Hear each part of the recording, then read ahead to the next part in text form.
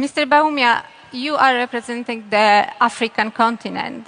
So my question is, how is the weaponization of trade affecting the African economies, particularly Ghana, and what strategies are being considered to strengthen the economic resilience of the African continent? Thank you very much. I don't know if everyone can hear me.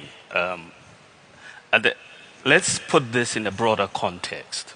I think that one of the things that policymakers are doing recently is a failure to understand the lessons of history as well as the lessons of economics. There are surely trade imbalances. If you look at the share of global trade in terms of exports and imports, Africa has about 2.5% of global exports, has 2.9% of global imports. Asia has 43% of global exports and 38% of global imports. China, 15% of exports, 10% of imports. Europe, you have 38% of exports and 51% of imports. America, 8% of exports and 14% of imports. So there are clearly trade imbalances across the various continents and countries. But what we know from economics is that you cannot fix a trade deficit with tariffs. It just doesn't work.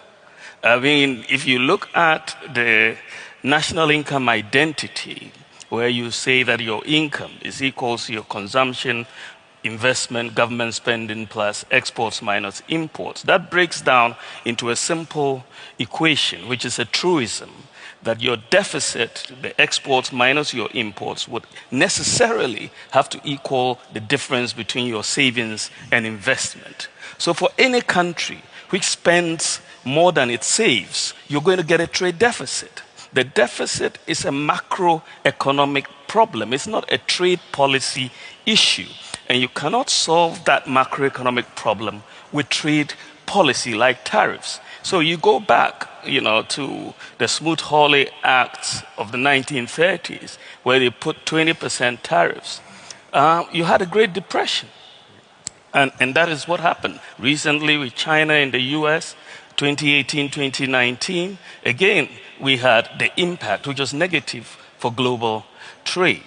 What the US has done recently is increase the average tariff rate from about 2.4% to 10%.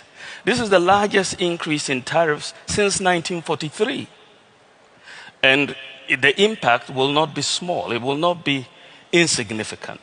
Thankfully for Africa, our exports to the United States is about 6.5%. And our imports from the United States is about 4.4%. So we are not as exposed in the broader sense as many other places. But within that context, countries like Lesotho, which have exports in terms of textile exports to the United States, it's about 50% of their exports. And they are benefiting from the African Growth and Opportunities Act, which is AGOA. And these countries are going to be affected very significantly. When you have 50% of your exports, and AGOA is basically going to collapse under these tariffs. So what you're going to see in Africa, as you're seeing across the world, there's going to be more of a clamor and for self-reliance.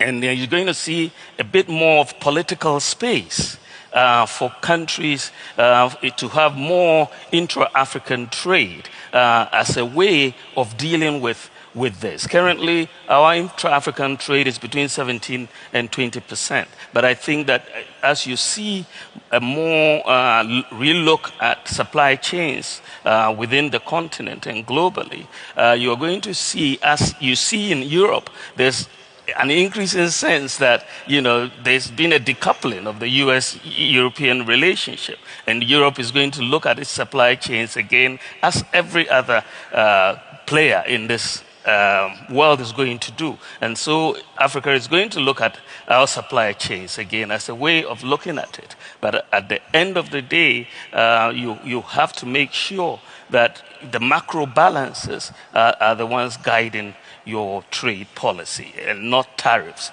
The tariff rates are not the ones that actually determine the effectiveness of your deficit outcomes. Mr. Bawumia, I'd like to come back to you and also address China and its role in the African continent. As we know, the role of China in Africa is growing. Do you see African countries deepening trade ties with China in response to rising global protectionism, or are we more likely to see some sort of push for the diversification, including partnerships with Europe and possibly other regions as well? Thank you very much. I think that if you look at what has happened, the whole rules-based order has been disrupted. And there has been a lot of, and there is ongoing, a lot of realignment. I mean, old allies are no longer being seen as allies. And so what has been injected in the whole system is uncertainty and the lack of predictability. And so partnerships are no longer as straightforward as they used to be. China has a major trade participation in Africa. In Ghana, for example, China is our largest trading partner as well as our largest foreign investor. And it is the same for many countries. So I don't see that changing anytime soon. But African countries are going to look at what works for them and diversify accordingly, because the rules-based order, as I said, is something that no longer really exists at the moment, and we have to work back towards that. But as I said, for us on the continent, there has to be a major play for self-reliance in a lot of ways, so that it's not necessarily China or America or Europe, but you've got to really look at your own internal economic dynamics and bring in more value addition to our raw materials so that you can create jobs for the youth. And so the issue is not east or west, or it's just going forward with Africa for us. Yeah. With this, I have a closing question to all of the panelists. In 4 years, what would be more important, tariffs or trust? I'm asking about trust because trust is important in politics, in trade, everywhere. So what's your take on it? For me, I think that trust is going to be more important than tariffs. Tariffs are not going to be sustainable, and we will soon all find out that it's a rush to the lowest common denominator. I think that the evidence that we have over history shows that tariffs don't work. But what we don't have now is trust. I mean, people talk about mutually assured destruction for nuclear powers, but today what you have is mutually assured suspicions across the countries, because Europe is very suspicious of Russia, the US is very suspicious of China, Australia is very suspicious of China. Now, when you have to negotiate trade agreements of security threats at the background, the efficiency with which you will negotiate them will be compromised, because you are thinking security. And if I agree that, okay, I'll take off these barriers, maybe I might compromise my security. And so we need, at a diplomatic level, to address why is this suspicion. Can we deal with this suspicion between the major powers? And I think that if you don't deal with this, you will have suboptimal trade policies in the end, because they are really a cover for dealing with the security issues. Thank you. So trust becomes fundamental.